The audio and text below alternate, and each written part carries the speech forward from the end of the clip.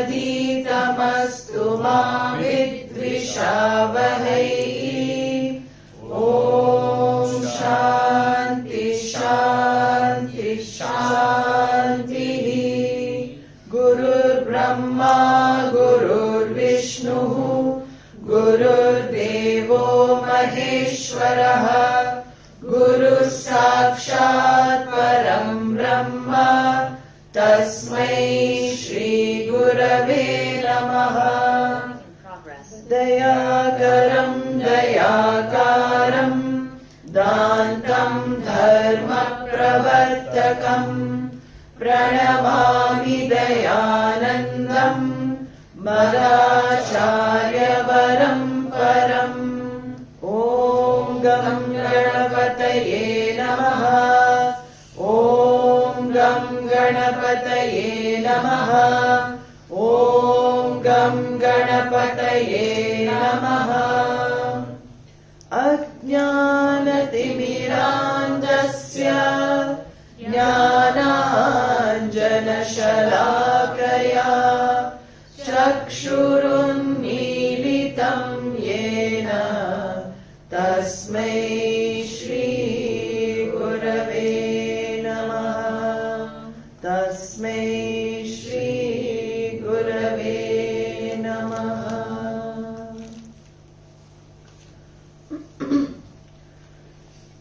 भज गोविन्दं भज गोविन्दं भज गोविन्दं भज गोविन्दं गोविन्दं भज मूढमते। सम्प्राप्ते सन्निहिते काले सम्प्राप्ते सन्निहिते काले नहि नहि रक्षति दुःकृन्करणे नहि नहि रक्षति दुःकृन्करणे मूढजहीः धनागमतृष्णाम्. I'm going back to that tune again. मूढजहीः. How does it go? मूढजहीः धनागमतृष्णां कुरु सद्बुद्धिं मनसि विकृष्णां। यल्लभसे निजकर्मोपातं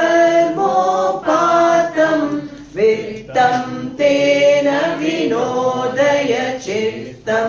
भज गोविन्दं भज गोविन्दं गोविन्दं भज मूढमते।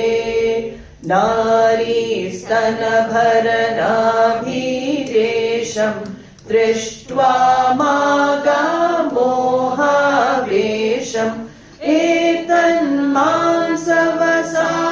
एतन्मांसवसादिविकारं मनसि विचिन्तय वारं वारं। भज गोविन्दं भज गोविन्दं गोविन्दं भज मूढमते। नलिनीदलगत जलमतितरलं तत्त्वज्जीवितमतिशय चपलं। विद्धि व्याध्यविमानग्रस्तं लोकं शोकहतं च समस्तं।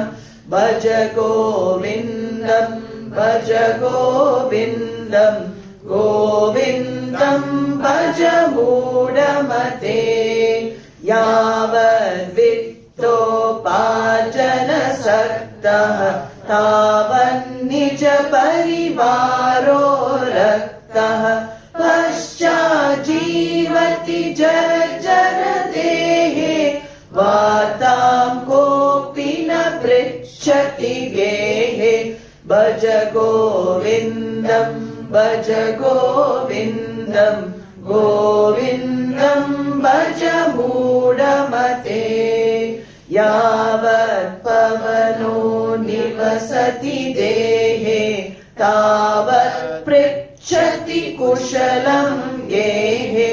गतवति वायो देहापाये भार्या बिभ्य Bhaja Govindam, Bhaja Govindam, Govindam Bhaja Mudhamate. Balastavat Krīdāsaktah Tarunastavat Tarunisaktaha Vriddhastavat Chintasaktah Parame Brahmani Kopinasaktaha. Bhaja Govindam, Bhaja Govindam, Govindam Bhaja Mudhamate. Kate Kanta Kaste Putraha Samsaro Yamativa Vichitraha. Kasya Tvam Kaha Kuta Ayataha Tattvam Chintayata Viha Prataha. Bhaja Govindam, Bhaja Govindam, Govindam Bhaja Mudhamate. Bhaja Govindam, Bhaja Govindam, Govindam Bhaja Mudhamate.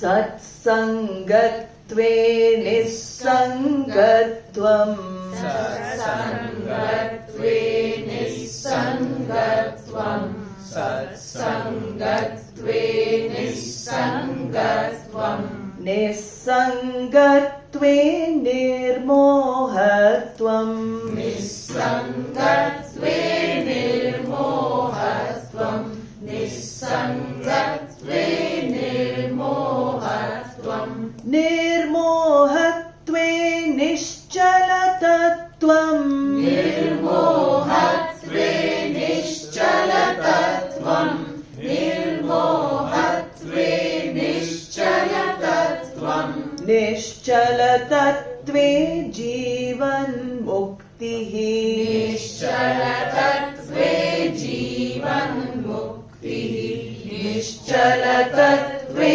jivan muktihi. Bhaja Govindam, Bhaja Govindam, Govindam Bhaja Mudhamate. So finally a positive verse. So the title of the retreat was Facts of Life, Stress-Free Living. And right now we have not had stress-free living verses. So today I thought I will do something again requested, and I think it goes well with this verse. I will take something from Gita along with this verse. So what I'm going to do for the rest of there's only one day left actually, one day and Tuesday morning.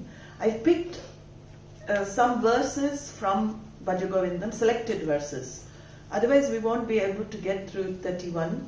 And many of them are the repetition of same idea. So those ones I'm keeping away. We can still chant it, but I've picked some verses which are slightly different, which convey a different message. So that we will see tomorrow morning and also tomorrow afternoon. Today I want to take a verse from Bhagavad Gita along with this verse. First we will see the meaning of this verse, and then we will go into the values section of chapter 13, the first verse of this values section, amanitvam adambitvam. We will go over that. So here what Acharya ji is saying, satsangatve nissangatvam. So here he is talking about, if we see the flow of the text, past few verses have been quite brutal. They've laid down very, very bitter facts of life. And if a person has assimilated these facts, if a person sees some truth to these facts, and suppose the person wants to make certain changes in their lives, they want to progress more in the spiritual line after understanding what Acharya is saying, then how do they get help? Because all the life has been lived with artha, kama, all of these pursuits, securities and pleasures. Their families have encouraged that, society has encouraged that, they have been in that. But suddenly, something in these verses click. And some help is needed because this person has no direction. The person wants to spend time with the scriptures to understand the shastra more, to understand what the knowledge is more, and also to seek Govinda. Govinda becomes a bit more, in the limelight in the person's life after seeing what is in store in future. So what does the person do? So here Acharya says, resort to satsanga. Satsanga, very beautiful. This is satpurushehi sangaha, the company of people given to good values, company of people given to the same thinking as yourself. So if you are studying Vedanta as well, it is good to be in the company of others who are also studying Vedanta. It is a support system. Because John Donne, said, no man is an island. No man is an island. We all have to have support systems. If we lose one support system, it is very difficult to maintain a certain lifestyle by oneself. So that is why in the beginning of the spiritual path, it is very important to keep yourself with satsanga.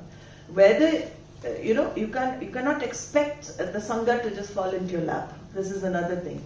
If you really want to make a change in your life, satsanga can transform you, because there is a saying, you are the company you keep.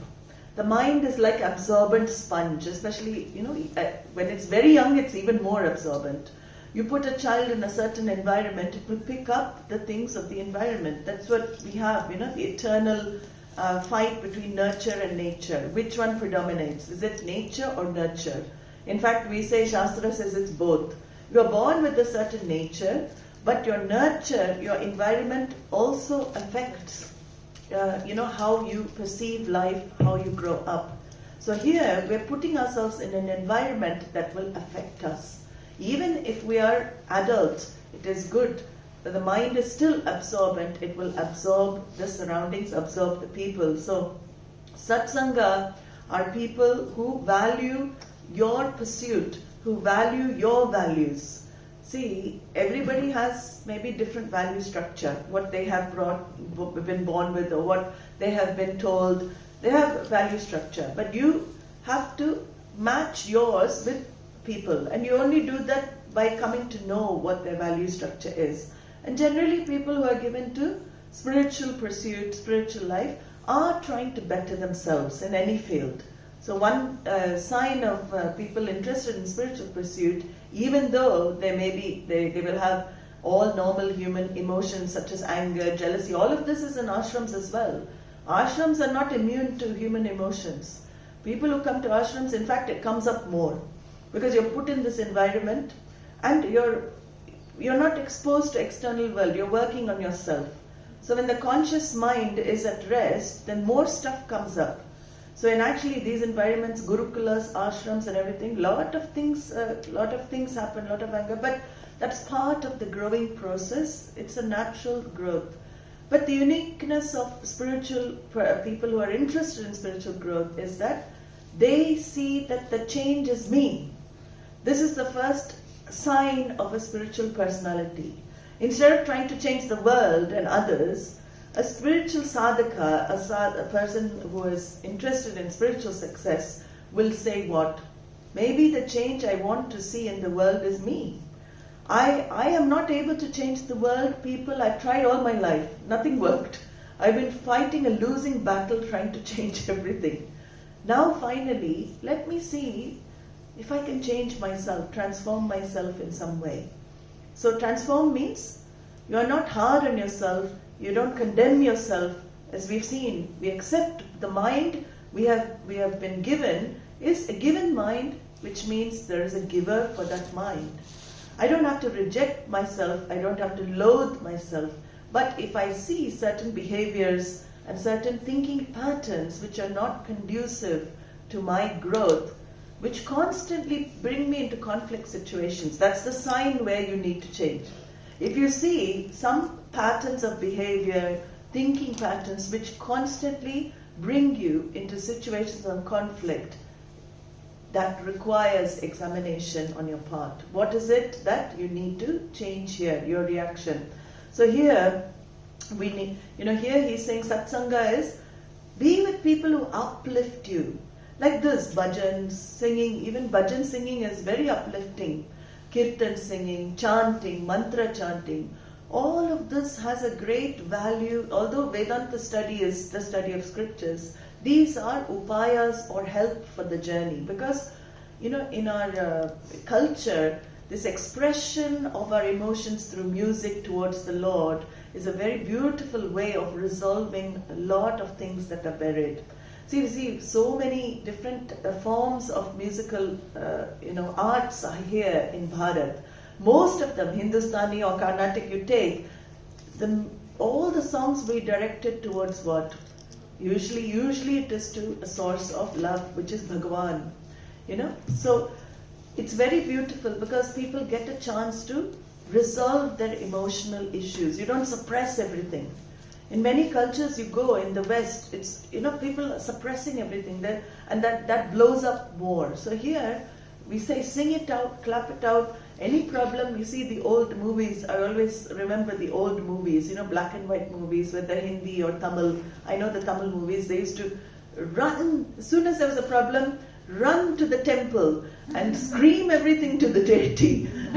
They'll break out into some song, to Bhagavan or Bhagavati, to some Devi. And what happens? There's some, darshan is given, or some help will come. It's a very beautiful way of expressing. We don't run to psychiatrists and pay $100. We run straight to temples and tell Bhagavan or himself or herself. So here it is important to understand people around you should uplift you. If your satsanga doesn't mean a gossip group sitting around saying this one did this one did this, what did this one do? That is not satsanga. That is not uplifting. In fact, gossip is one of the main impediments in spiritual pursuit. Gossiping about others' lives, wondering what they are doing, what is the use of it? Does it help you to know what everybody's life is about? Again, it's an escape from your own life. So whenever mind wants to go or the ears want to go to all this, try and make the effort to bring the mind away. Because for your own good. But mind, the ears generally want to go there. They want to, but for your own good, as a sadhaka, somebody who wants to pursue the spiritual life or interested in it at least, this is a sadhana to be practiced. If you hear people talking ill of others, remove yourself. We don't need to hear that. Rather spend the time quietly, you can chant or talk about good things. That is satsanga. So people who uplift you is satsanga. And after you have these people who uplift you, you start transforming. You see the transformation in yourself. You're with this satsanga group for some time. Whether you find a group, that's one thing. There are many groups that are happening and people do advertise locally as well. But if you can't find a group that you feel you fit in, then you form your own group. You do your own group. You start your own group. You will find, even if there's 1, 2, then 3 will come. Their friends, they will tell their friends, more will come. If you have a group of solid 10 people, more than enough. So, this is what we have to make attempt at. So, satsangatve, and after this satsanga group, then you have the sangha of your guru also, because you become more and more involved in the teachings. You need a teacher as well to guide the study of the shastra. So that also becomes sangha for you, satsanga. Then he says, satsangatve nissangatvam. What happens after you get into satsanga? Slowly dispassion starts developing in the mind. You don't even have to make effort. If you're in the right group, see, if you're in a group where everybody has given up their silk saris, again saris comes in my mind. Say, they've given up their silk saris, they say, no, we're not going to, ahimsa, the silkworms are dying, we're not going to do that. We're not going to kill anything in order to wear it, right? We can wear, so we decide, the people in the group, they wear different clothes, white clothes. Will you feel right coming in a dressed up, rolled up in a silk sari there? No. Slowly you will get vairagya for that as well. Slowly vairagya will start developing. Simple life, So that type of, support system helps you. and you reduce everything. So dispassion towards the world starts developing when you're with the right association, because you start developing objectivity towards the world. What can the world really give me? We know now, we have studied some limitations of what desire fulfillment can give. And in a satsanga group, people can discuss their own experiences together. That's also important, a sharing of experiences. And you find that, oh, why do I need all this? Not necessary. So there is no pressure here, because you have 10 people who are not pressured, so you also are not pressured. So this satsanga group becomes very important, and you find your old company naturally drops off. You don't even have to, make an effort to stop contacting them. They themselves will stop contacting you. Because what's the rule? If you become if you're no longer a source of pleasure for somebody, dropped. So that's the rule in life. If you don't entertain them anymore, why should they keep contacting you? You want to chant Hanuman Chalisa and all of this. They want to go to the cinema, or they want to go out to restaurants and bars.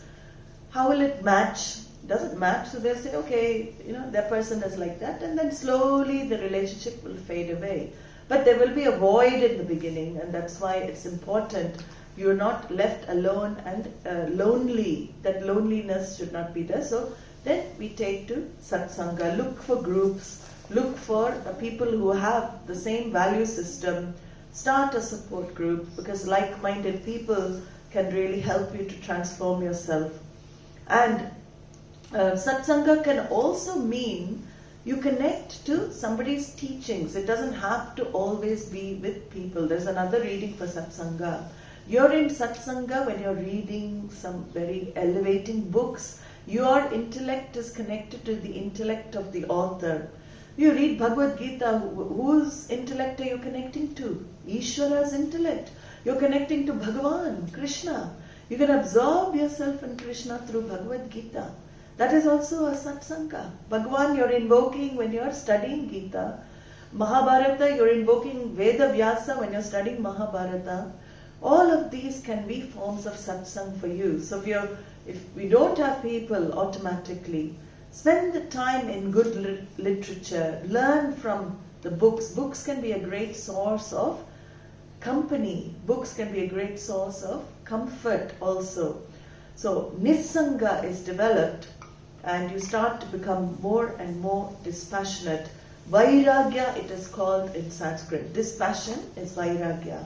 And what is Swami Dayananda has a very beautiful definition of vairagya, which is seeing the absence of connection between what I want and what I am doing. Vairagya is not something that you can just tell somebody to have. Be dispassionate. Can I order you to have dispassion? No. But look at the sentence. See the absence of connection between what you want and what you are doing.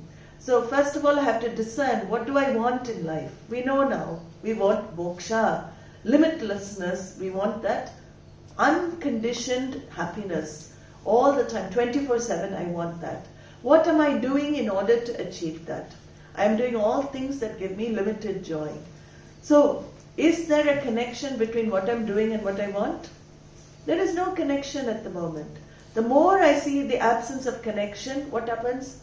Natural dispassion, it comes, it evolves naturally. It's a very brilliant explanation for vairagya actually. The more you see the absence of connection, nobody needs to tell you to be dispassionate. You will discover dispassion just by seeing that absence of connection. That is called vairagya. And from this vairagya, nissanga, what does he say? He says, nissangatve nirmohatvam. So moha is a delusion born of a fascination and an attraction and attachment to everything that is fleeting and temporary. That is called moha. It is a delusion that people have. And this nissanga, dispassion, leads to lack of this moha. So the dispassion naturally, this moha is born of all your false values, false values of society, false values that people have fed you. What are the false values? that artha and kama are the things to get in life. That is number one false value. Whole Jagat feeds you with this false value. You will be happy if you have a big bank account, if you have a big position in a company, if you have all the amenities, all the comforts. Comfort in society, if you notice, in any country, comfort equals happiness. But as we have seen, Swamiji is saying, life is not growing from comfort, discomfort to comfort. Life uncomfortably unhappy to comfortably unhappy. The unhappy person doesn't change because of comfort change. You can be living in a huge mansion, you can be living, have everything in life, servants, this, that.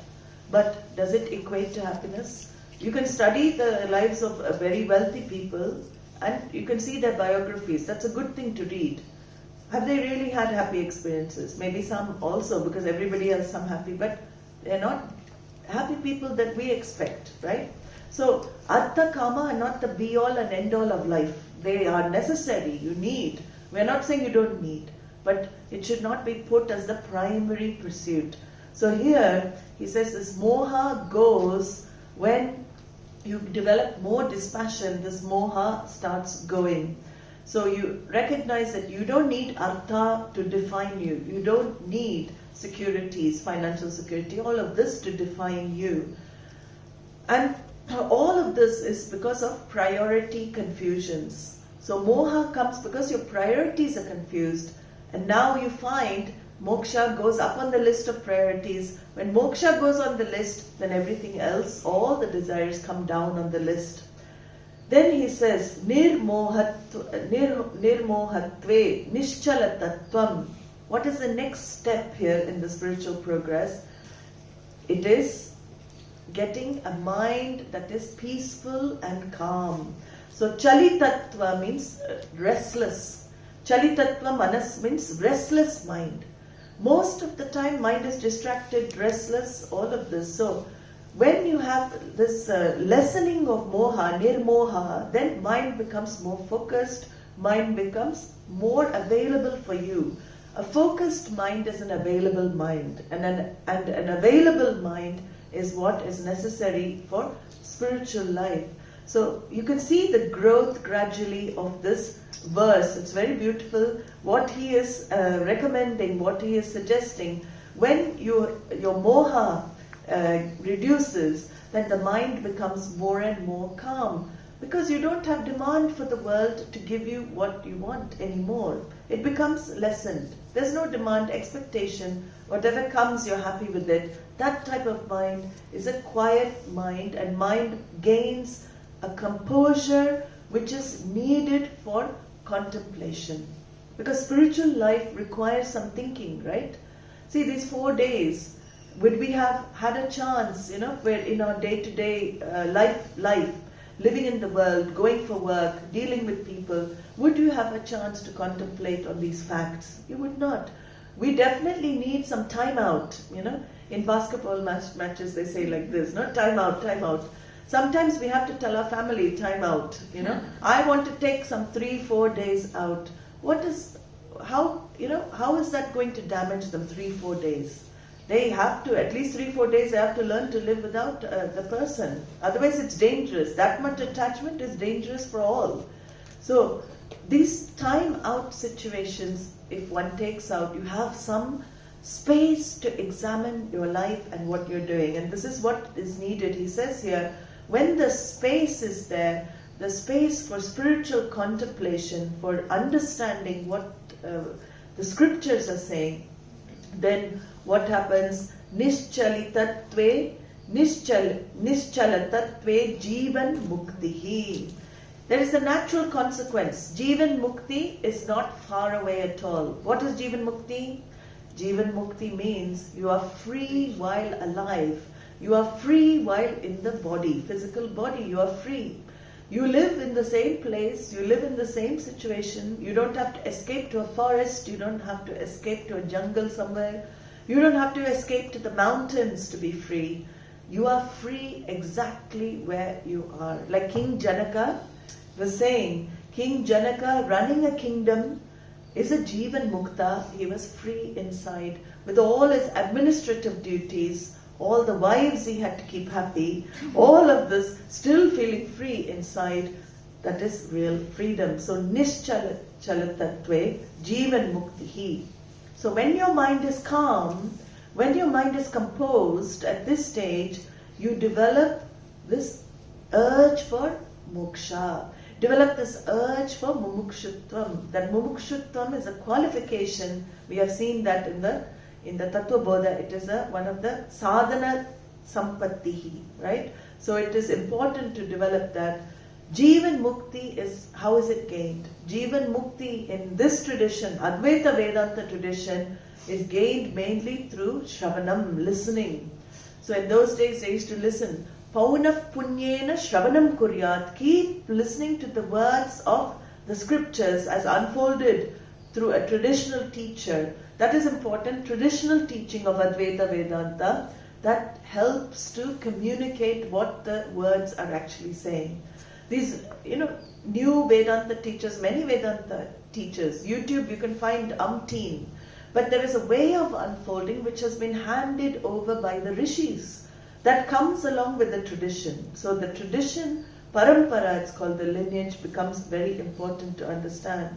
So now, Jivan Mukti, are you ready for Jivan Mukti? Jivan Mukti doesn't come so easily. Even with a calm, quiet mind, you require certain more qualifications. And these are not qualifications that you gain in any university. These are not qualifications that you can gain certificates for. These are qualifications of the mind that a spiritual aspirant tries to gain to some measure. So we are very careful. We don't say absolutely you can have these qualifications. To some measure you learn to practice these things in your life. And some of them are very beautiful. So now I'm going to go to this 13th chapter of the Bhagavad Gita. If you can look, I think it's verse 4 or 5, 7 or 8. 9, 8, yeah. Something like that. It's 7. Verse 7. So we can chant this, you can chant twice after me. These verses are worth remembering. Even if you don't practice, remember them. It's good to practice along with remembering, but Amanitvamadambhitvam Amanitvamadambhitvam Amanitvamadambhitvam Ahimsa kshantirarjavam Ahimsa kshantirarjavam Ahimsa kshantirarjavam Acharyopasanam shaucham Acharyopasanam shaucham Acharyopasanam shaucham Stairyamaatma vinigraha Stairyamaatma vinigraha Stairyamaatma vinigraha. So we're going to see this verse for now. There are many more qualifications, but we won't have time. This camp you can qualify yourself in these, like whatever we see. Next camp we'll see. Even if you imbibe a few of them, that is good enough. But these are the ones that the initial ones are qualifications which we can actually gain by dealing with the world. So Bhagavan begins with our interactional reality first. And what is the first qualification he says? He says amanitvam. So here the translation is here, absence of pride. Okay, so manitvam is a exaggerated opinion of oneself. I am so and so. That is manitvam. Amanitvam, when you put a in front in Sanskrit, it is the opposite. So amanitvam means that I am not only responsible for everything I have achieved, I have done. We have seen this abhimana, amanitvam, very, very similar. Shankaracharya says, this idea of this mani is born from the thought. What is the thought? I am a great person. So people who are like maybe narcissistic, verging on narcissistic personalities, everything centers on I, everything centers on me. So it is a type of impediment to spiritual life. Because what does it indicate? First of all, a person who needs to show off and boast about everything in their life indicates that they have very small self-esteem actually inside. You only have to boast and everything if you want validation from external sources, right? Why do people talk so much about what they have achieved, what they have done? Even when people do dhanam, it's interesting, I've met some people, when they're giving for something, and they want their name as a plaque, they want it. If we're donating for a building, we want our name first. I've given much more than this one. I want my letters bigger, my font bigger. I've seen people fight for that, that type of broadcasting of what one has achieved, what has done, what one has done. It is again, trying to gain, you're demanding respect from the external world. Mana is that. I want respect because really, inside I don't respect myself. I feel small, I feel limited. So, when somebody gives me respect, how do I feel? Ego feels boost, right? Ego feels boosted up. So, again, based on this ego boost, inner need for approval from external. See, self-esteem is different from this self-glorification. We all need a level of self-esteem to function. Otherwise, we will all be doormats where we are. Self-esteem is different. I know, this much I can do. I know my boundaries. I'm very straightforward. Self-esteem is good. But self-glorification, that's a different thing altogether. And even if you don't, if you boast about what you have, people may say, wow, you're amazing. You've done this, you've done that. Because you've already, when you go to parties, people come and talk. Don't you know, I studied at Stanford, I've studied at Harvard, I've got 3 degrees, I've got PhDs, I'm CEO of this company, I've started my own startup, I've done this, I've done that. People are all eye specialists, not EYE, eye. Eye specialists, some people like to talk like that. Even if they do, people around you will say, wow, that's amazing, but what do you trigger in the other one? You have to see. You will definitely trigger jealousy. And jealousy, triggering jealousy in others, because other people's smallness is triggered, right? If you broadcast your achievements, what are you doing? I haven't done this, I haven't got this degree, I haven't gone to Stanford. It's a natural human reaction. You think you're getting, but the human beings are like that. So it is not worth to seek.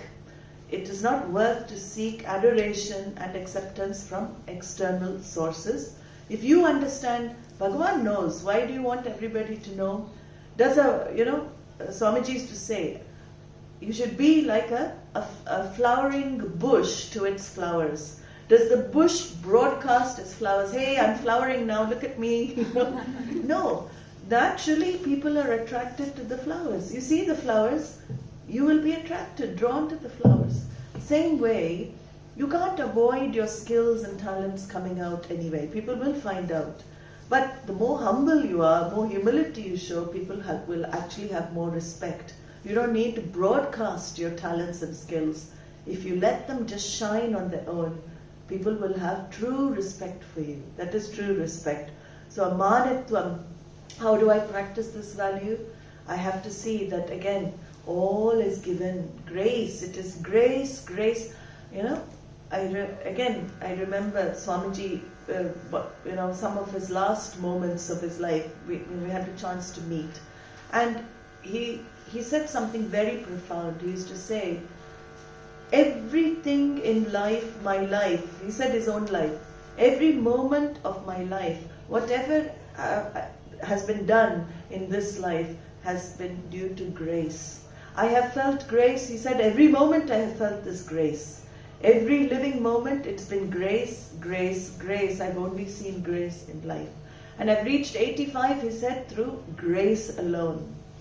So this is the attitude of a person practicing amanitvam, understanding that whatever it is because of grace alone. I can never do what I think I have done without Bhagavan in the picture as well. So amanitvam is the first value that is discussed here. The second value that goes along with this, another qualification, adammitvam, is a little more difficult. It is very similar to amanitvam, but damba means pretension. Damba means some kind of putting on an act. So whereas amani, when a prideful person, a person with pride, will actually broadcast actual qualifications and skills and talents they have, a dambi will project something they're not. So they will make up things. People who are feeling so insecure, so small, they will make up so many things in their life to make others feel, oh, this person is great, because they don't accept themselves. So dambitvam is hypocrisy. Dambitvam is pretension. And we pretend to be a lot of things in life through our vesha. Vesha is our dress, clothing. Sometimes, you put on all designer clothes because I want to look, but the designer clothes are bought in some Delhi market with, in India it's the best place to get fake designer clothes. And somebody was, oh, good. So I, with vesha, with my clothes, bhasha, how I speak, some people project themselves, they want to project themselves in the way they speak, and actions, kriya, these are the three ways. My actions also. And I will say, make up all sorts of, glories about myself which actually don't exist. Only the people at home know. When I'm outside, I met with Modi ji yesterday. He asked me to come out.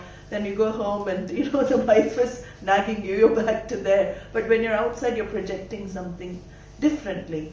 So it is again to impress the world. Why is it we want to impress the world with anything? With either real qualifications or fake things, what is the reason? Again, it is a deep projection of myself, whatever I have. The deep projection of myself manifests in these ways because I want the world to validate me. So this is what I have to see and objectively see.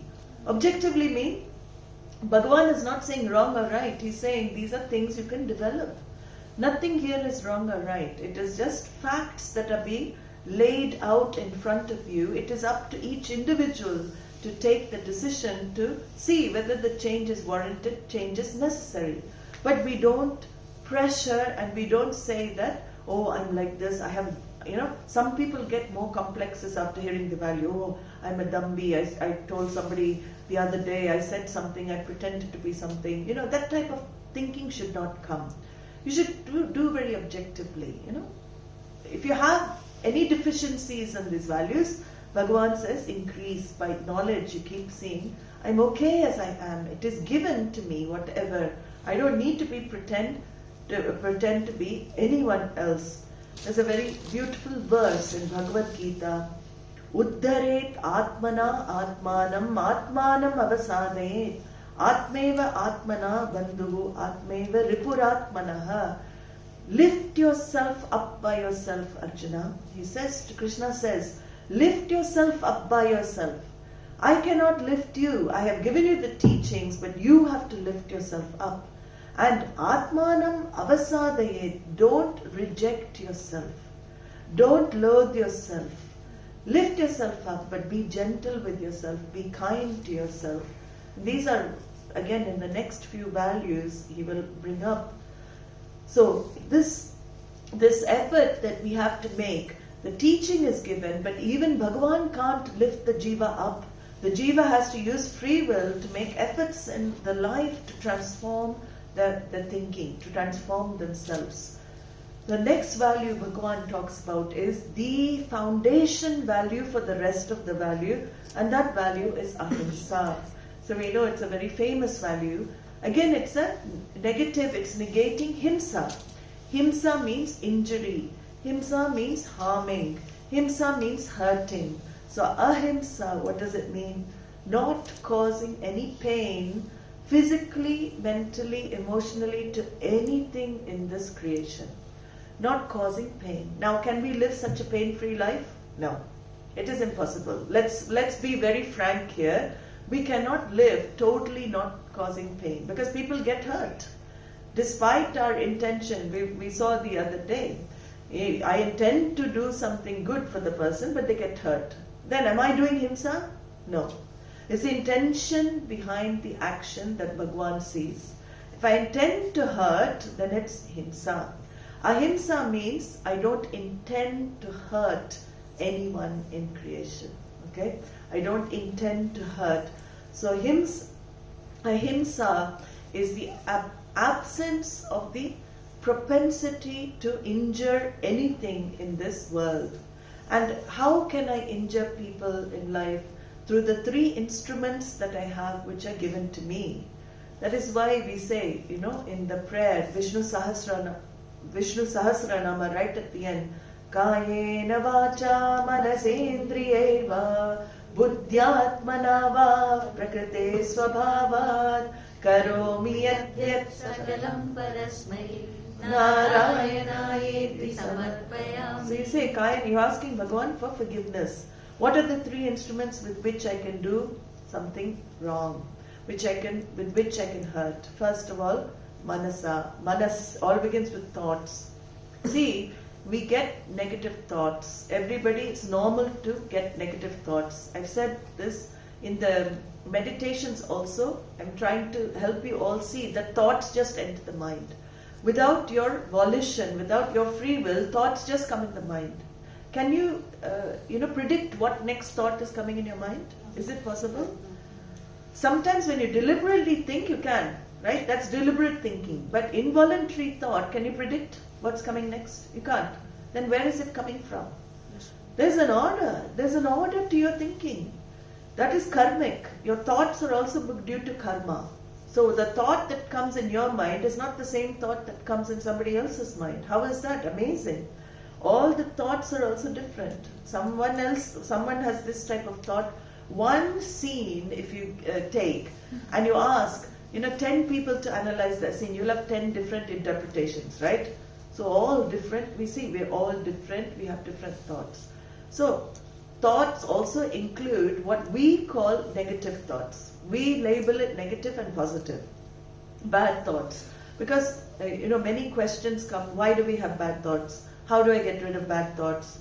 You can't answer these questions. You can't no practice can get rid of thoughts, because mind, the description of mind in shastra is vritti atmakam manaha. The very mind is a bundle of thoughts. And we can't decide, I want good thought today, I want bad thought. We don't decide. We never ask for bad thoughts. So if bad thoughts come in the mind, what are bad thoughts? We have to understand, why do I call them bad?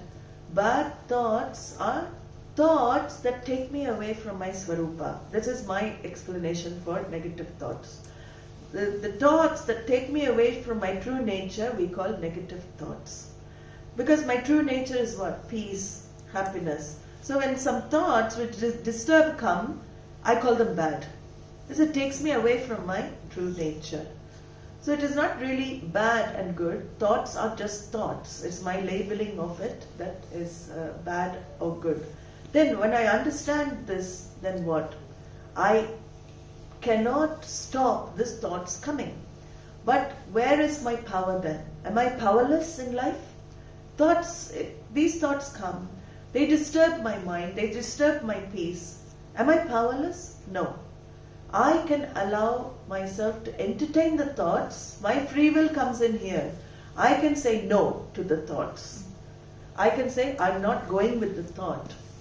So that is where himsa, coming back to the topic, himsa comes in here. If I go along with the thought, suppose somebody has, I feel very irritated or angry with somebody. Somebody has triggered, and I'm fuming inside. And I'm ready to just throw the rock at them or something, that kind of energy is inside. And you have the thought. So when the thought comes, what do? Some people may even actually carry it out. People who are not able to control the thought. In fact, you acting out the thought is what creates negative karma, papa karma. If it's in your mind and you're able to dismiss it, suppose the thought is a very, very strong, virulent type of thought, then how do? You remove yourself from the situation. It is not going to stay in that state forever, right? You resolve it by, punching a pillow. Don't punch anybody. take a pillow, punch it, or keep some like boxing thing in your, this boxing bags. You take out your, that energy you have to take out. If you suppress it, that's also bad, because that becomes, very dangerous for you. In physical illness, all that is suppressed, all these emotions. You have to let it out, but don't need to let it out on others. So the thought is a happening, but you have the power to act on the thought, right? Who has the power? So you have the power to act on the thought, you have the power to act on it. So that is where free will comes into the picture. Free will is very important. So here in this thing, himsa is only when you act on the thought. Himsa is not when you have the thought, oh, I want to murder the person. If you keep entertaining the thought, I want to murder the person, and then you're not letting go, I want to throw that thing at the person, there should be a counter thought there created by your intellect saying, no, stop it, divert your mind, divert. If the thought keeps coming back, thought displacement, there should be a thought displacement system. You should divert the thought, go out, do something, do something active, and then you divert the thought. You will find that subsides by itself. Okay, so here, manasa. Why I'm saying this? Ahimsa begins first with the mind. I manage the thought. I don't act out on these thoughts that take me away. Then vacha. So once I manage my mind, the mouth sometimes moves before mind, right? So when I know unfortunately, when the mouth moves before the mind, then I regret afterwards. So before the mouth can open, run away from the place. People may think you're mad, but this is a practice. Before the mouth can open, leave the place before you say all sorts of things you regret. This is called Dhamma, a very important practice in spiritual life. So, see, anger is natural, emotions are natural, but before you release everything out, before the mind can sift out whether it's right to do it, leave the place and be with yourself. And you have to, write it out. Don't keep it in you. Writing out is an excellent thing. Write out all the bad words you want to say. Write out everything that was going to come out of your mouth. You can write it out. You can even keep a picture of the person you want to speak to there and talk it out in the picture. Sometimes that's good, instead of, that goes in the energy. They keep a big life-size cutout of the person who triggers you. Some people may have a room full of people. Keep one person or two people who trigger you, and you just release it there to release it there instead of doing it to the person, because they will never let you forget. Never let you forget. That's the thing. People will remind you. We don't want to be reminded. On that day you said this to me. Do we want to go back? Already himsa is created in the person. So vak himsa is very, very. It's something that the shastra says should be avoided. See, so people can't read your thoughts. So while it remains in your mind, it's okay. But as soon as it expresses out first through the mouth, right? First expression is through the mouth, then you have already affected another person. And that person has something called memory. Unfortunately, the person doesn't have erasable memory. I wish we had erasable memory sticks, USBs, chips, erasable memory. Oh, please erase that day. We can tell people. But we don't have. Bhagavan hasn't built. So better to not release that, just allow. So here, this vacha is the second instrument which I use to hurt others. And kaya. Kaya is kaya is the physical body. Of course, if the mind is you're not able to manage the emotion, all the anger, the frustration, everything comes out through the kaya, either kicking or hitting, and we know all sorts of things, that anger comes out. So we don't allow things to come to this stage. We manage it in the mental level immediately. So himsa is, all of this is practice of ahimsa. All of this is to learn to be without injury to others as much as possible. Sometimes we do lose it. We can't, we call it, I lost it. Why do we say I lost it? What do you lose when you say, oh, I lost myself, I lost it? What does it mean? It's a very good English term actually. You lose your ability to think. When you say I lost it, I lose my ability to discriminate. I lose my ability to decide. So I lost it.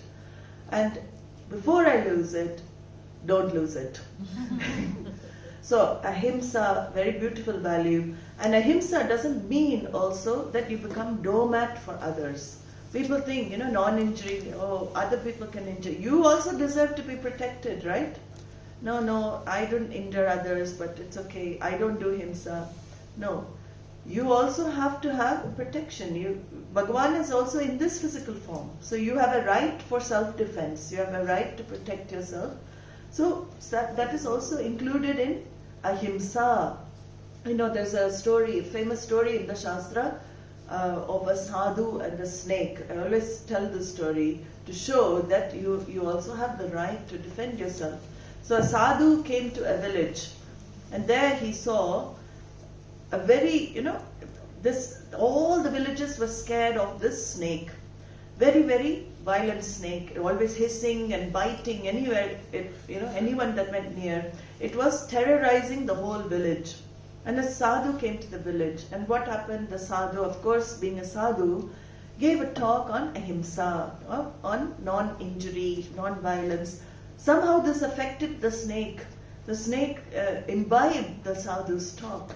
And so it started practicing ahimsa, non-injury, non-violence. So it didn't bite anymore, it didn't hiss anymore, didn't do anything anymore. So the sadhu had gone in his rounds to other places, and he comes back after some time and he sees the snake beaten up and, on death's door. He sees the snake, same snake in the village. Then he asks, what happened to you? And the snake says, when you came last time, you gave a talk on ahimsa. I was practicing ahimsa, but all the villagers started beating me up and they started, terrorizing me instead. I was practicing your teachings. Sadhu says, you didn't understand my teachings properly. I told you not to bite, but I didn't tell you not to hiss. So it is this, sometimes we have to learn to protect ourselves. You don't need to bite, but sometimes you have to hiss. So anger sometimes could be warranted. Some show can be warranted, because then the person knows, this is how much. So we learn, ahimsa is a very beautiful value. It begins also with our food. Food level, from food level our shastra talks about it.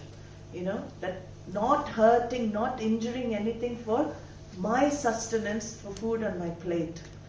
So how much the animals suffer, how much things suffer when they go through all the process, If you see videos about abattoirs, and somebody sent me a video of how, how beef is produced. Awful. The animal is screaming, wants to live. You see, a carrot doesn't run away from you when you try and cut it, right? So people say, vegetables are also life.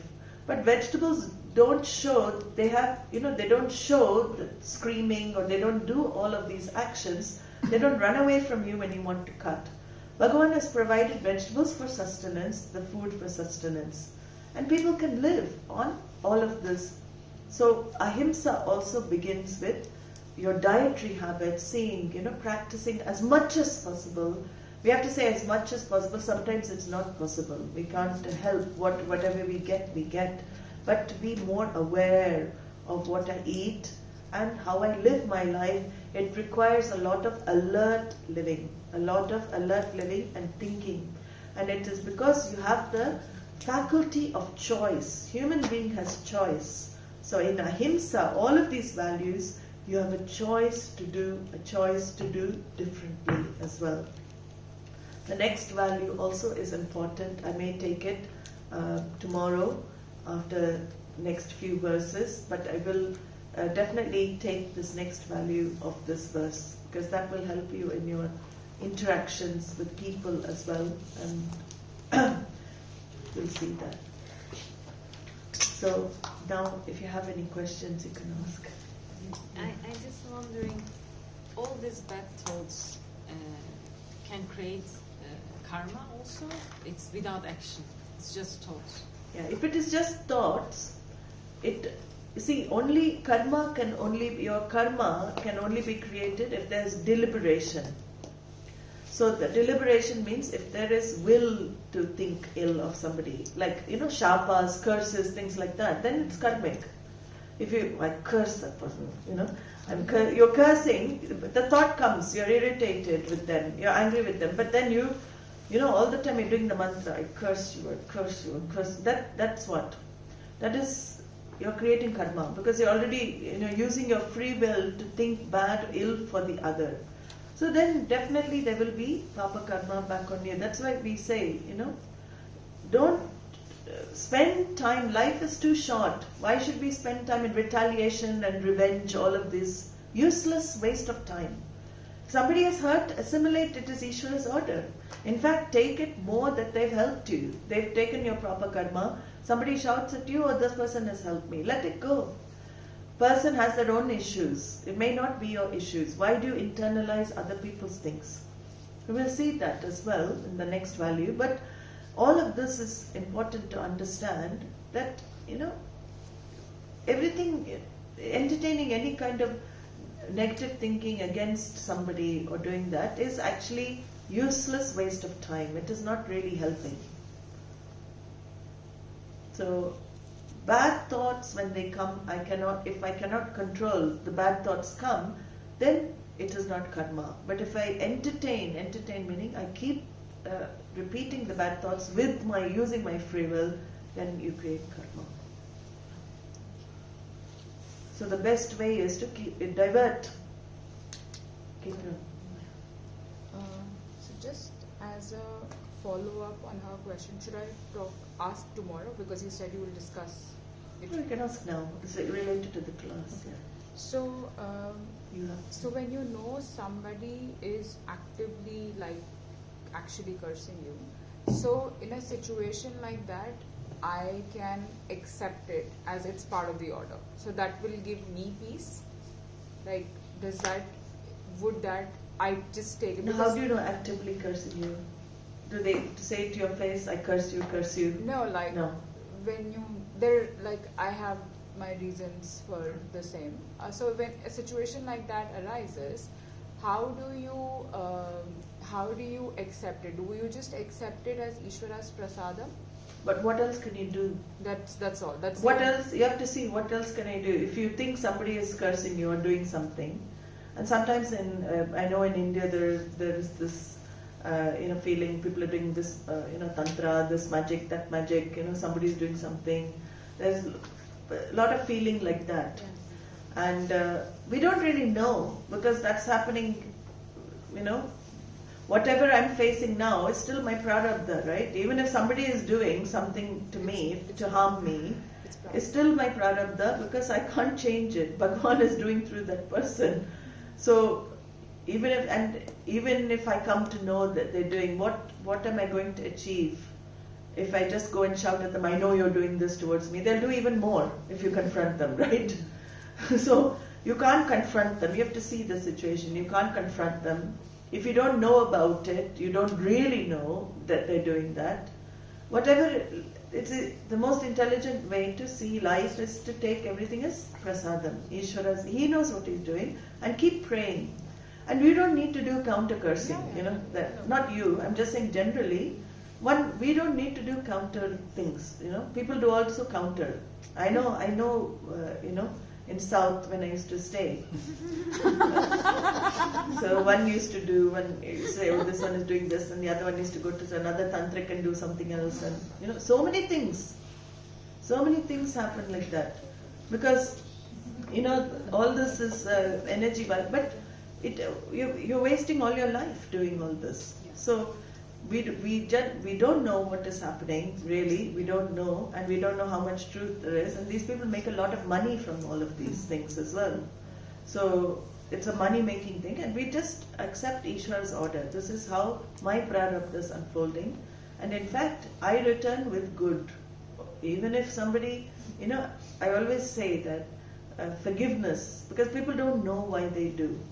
They do out of ignorance. If they knew their actions are going to produce unpleasant results in future, they won't do it. So they're not aware that that's going to happen. They think they're only seeing this much. They're not seeing what their actions are going to do. So live your life like a rose that leaves its fragrance on the foot that crushes it. Such a beautiful thing. Live your life like that.